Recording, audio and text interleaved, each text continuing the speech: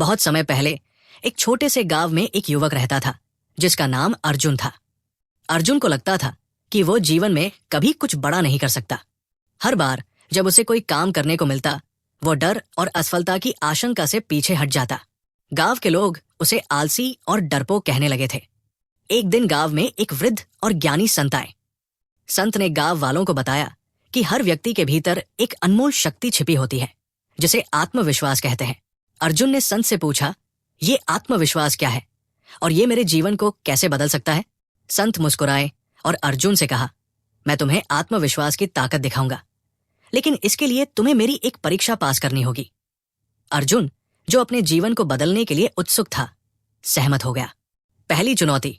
संत ने अर्जुन से कहा, पास की पहाड़ी पर एक ऊंची चट्टान है, तुम्हें उस चट्टान के शिखर पर चढ़ना होगा और वहां से मुझे एक फूल लाकर देना होगा, लेकिन याद रखना रास्ता खतरनाक है। क्या तुम तैयार हो? अर्जुन ने पहले तो डर महसूस किया, लेकिन फिर उसने सोचा कि अगर वो ये नहीं कर सका तो उसकी जिंदगी कभी नहीं बदलेगी।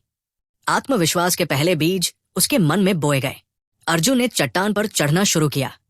रास्ते में कई बार वो फिसला, उसके हाथ पैर घायल हो गए, लेकिन उसने हार नहीं मानी।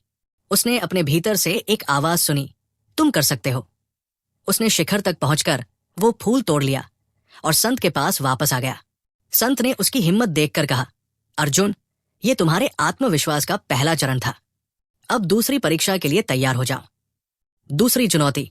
संत ने अर्जुन को एक पुराने कुएं के पास ले जाकर कहा, इस कुएं में एक खजाना छिपा है, लेकिन ये बहुत गहरा है।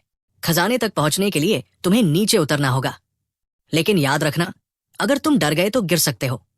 अर्जुन ने फिर से डर को महसूस किया, लेकिन उसने खुद को संभाला। उसने सोचा, अगर मैं पिछली चुनौती पार कर सकता हूं तो ये भी कर सकता हूं। उसने रस्सी की मदद से नीचे उतरना शुरू किया। कुएं के अंधेरे में उसका आत्मविश्वास ही उसका साथी था। अंत में उसने खजाना पाया और सुरक्षित बाहर आ गया। अंतिम परीक्षा। संत ने अर्जुन से कहा, अब तुम्हारी अंतिम परीक्षा है। तुम्हें गांव के उन लोगों का सामना करना होगा जिन्होंने तुम्हें कमजोर और असफल समझा था। तुम उन्हें बताओगे कि तुमने क्या हासिल किया है, लेकिन बिना क्रोध और घमंड के। ये आत्मविश्वास की सबसे बड़ी परीक्षा है। अर्जुन गांव लौट आया। उसने सबके सामने अपनी कहानी सुनाई। उसकी आंखों में आत्मविश्वास की चमक थी।